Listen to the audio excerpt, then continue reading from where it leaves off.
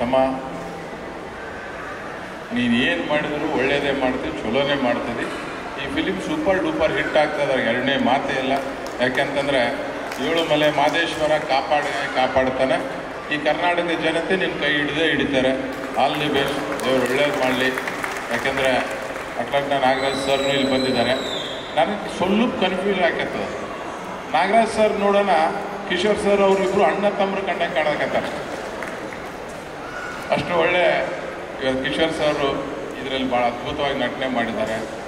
ಇಲ್ಲಿ 3 ಸೂಪರ್ ಸ್ಟಾರ್ಸ್ಗಳು ಹಲಗಲಿ, ನಮ್ಮ ಶರಣ ಸರು, ನವೀನ್ ಅವ್ರು ಹೇಳಿಬಿಟ್ಟಿದ್ದಾರೆ, ಏನು ಹೆಚ್ಚಿಗೇನು ಹೇಳೋದಿಲ್ಲ.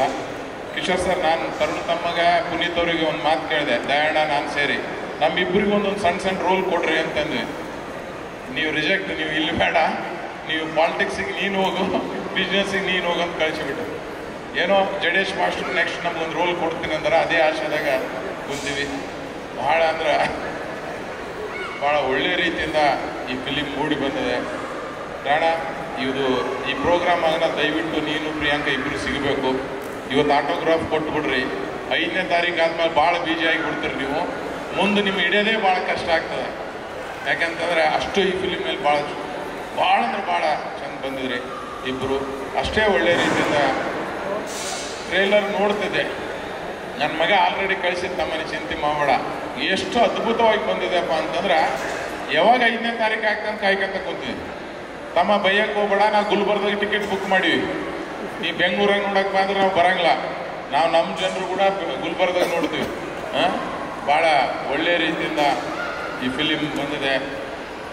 ದೇವರು ನಿಮ್ಮೆಲ್ಲರಿಗೂ ಒಳ್ಳೇದು ಮಾಡಲಿ. ಇನ್ನೂ ಹಲವಾರು ಇಂಥ ಫಿಲಿಮ್ಗಳು ಕೊಟ್ಟು ಒಳ್ಳೆ ಕರ್ನಾಟಕ ಇಂಥ ಒಳ್ಳೆ ಕಲಾವಿದರನ್ನ ಪರಿಚಯ ಮಾಡಿಕೊಡು ಅಂತ ಹೇಳ್ತಾ, ಇದೇನು ಪ್ಯಾನ್ ಇಂಡಿಯಾನ ಏನು ತಮ್ಮ?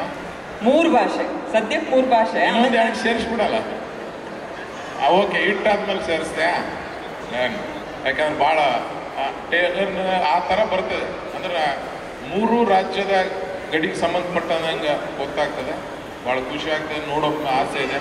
ದೇವರು ಒಳ್ಳೇದು ಮಾಡಲಿ, ಒಳ್ಳೆ ಹೆಸರು ಬರಲಿ, ಒಳ್ಳೆ ಎಲ್ಲನೂ ಹೆಚ್ಚಿಗೆ ದುಡ್ಡು ಬರಲಿ ಅಂತ ದೇವ್ರ ಹತ್ರ ಹಾರೈಸಿ ತಮ್ಮೆಲ್ಲ ಟೀಮ್ ಒಳ್ಳೇದಾಗಲಿ ಅಂತ ಹಾರೈಸ್ತೀನಿ.